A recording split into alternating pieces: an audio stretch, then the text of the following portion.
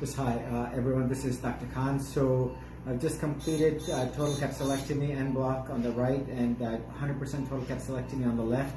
This has been a very unusually long day. The first case today was a very long case, one of the longest ones that I've done. She had, the first case again was a 2018 implant that was ruptured on the left side, just 5 years. This is my second 2018 implant that has been ruptured in the last 2 weeks that I did the live on.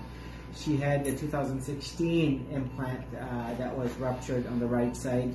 And again, 800 cc's on the left, 650. This was the first case, so very long. So I'm just finishing up on my second surgery for the day. This is a nice lady. This case right now is a 38-year-old lady with a set of implants from 2009. So as you will see, look at the circle over here, nice and flat. But if you look over here, there's an outpouching, and as I was dissecting, I saw clearly what was a lot of inflammation around this implant on the right side. So I'm going to go ahead and cut the left one first.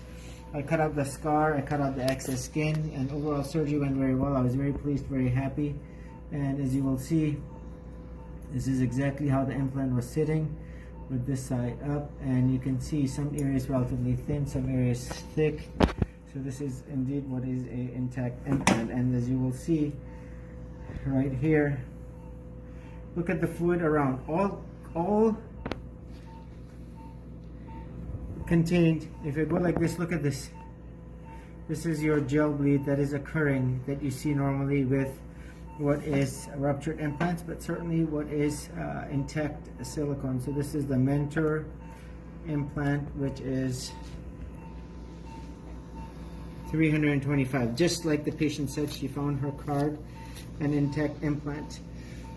So very happy with how the whole dissection went. All inflamed tissue removed, some areas so thin you can see my glove. So now I'm going to go ahead and go over, I'm going to change my gloves. I'm going to go over to the right side, the end block, and remember everything was contained. And as you will see right here, you can see how thin some of this capsule is right here. And let's go ahead, and you can see the fascia of the intercostal has been removed. Again, in order to do the end block completely, definitively, we don't want any of this to spill into the chest. Because if it does, automatically the patient buys herself a drain and literally a lot of silicone that it's going to spill over, and just like slime, it's going to be everywhere, and it is going to cause a lot of mess and continued pain and misery for the patient. So as I go in, she had a grade 4 contracture, and yes, lo and behold, implants from 2009 in this very nice patient, 38 years of age, ruptured, all contained. None of this spilled into the chest. So remember how many patients, this was a couple years after the implants were introduced into the market, how many patients are walking around. She has 14-year-old set of implants, and you can see, look at this, completely disintegrated, not safe, not healthy. And remember, any cut into this capsule will allow for all of this to literally spill into the chest, and which is what we don't want.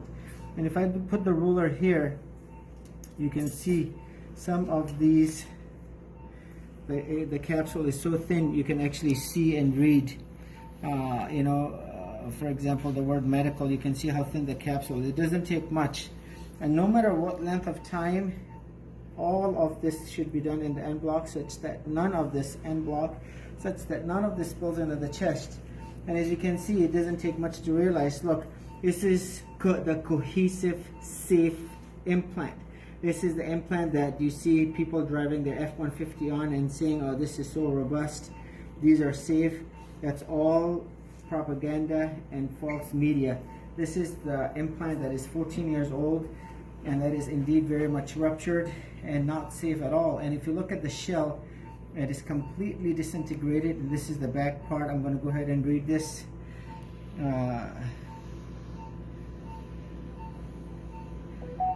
$325. So implants are not safe, be it silicone or even in the intact implant. You saw the gel bleed that occurs, even saline implants.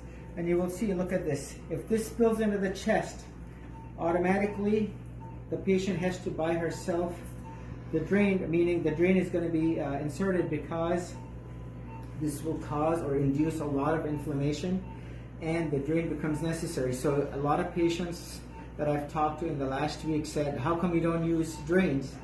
And I say, well, the burden's not on me to explain why I don't. The burden's on the other surgeons who are putting in drains. And the bottom line here is that the drain is not required if there is no inflammation left behind, if none of this spills into the chest, no capsules left behind, and all inflamed tissue is removed. And that is the whole essence and basically purpose of the surgery. Implants are not safe devices.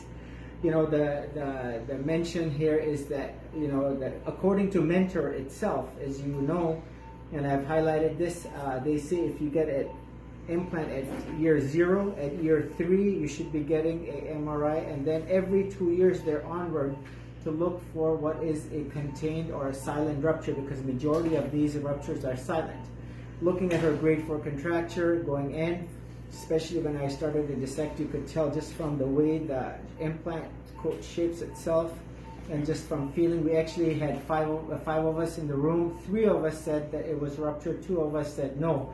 And this is only when you cut open the capsule do we really know if the implant is ruptured or not. And you do not want to be finding out on the patient's chest, because then it's too late and there's going to be spillage.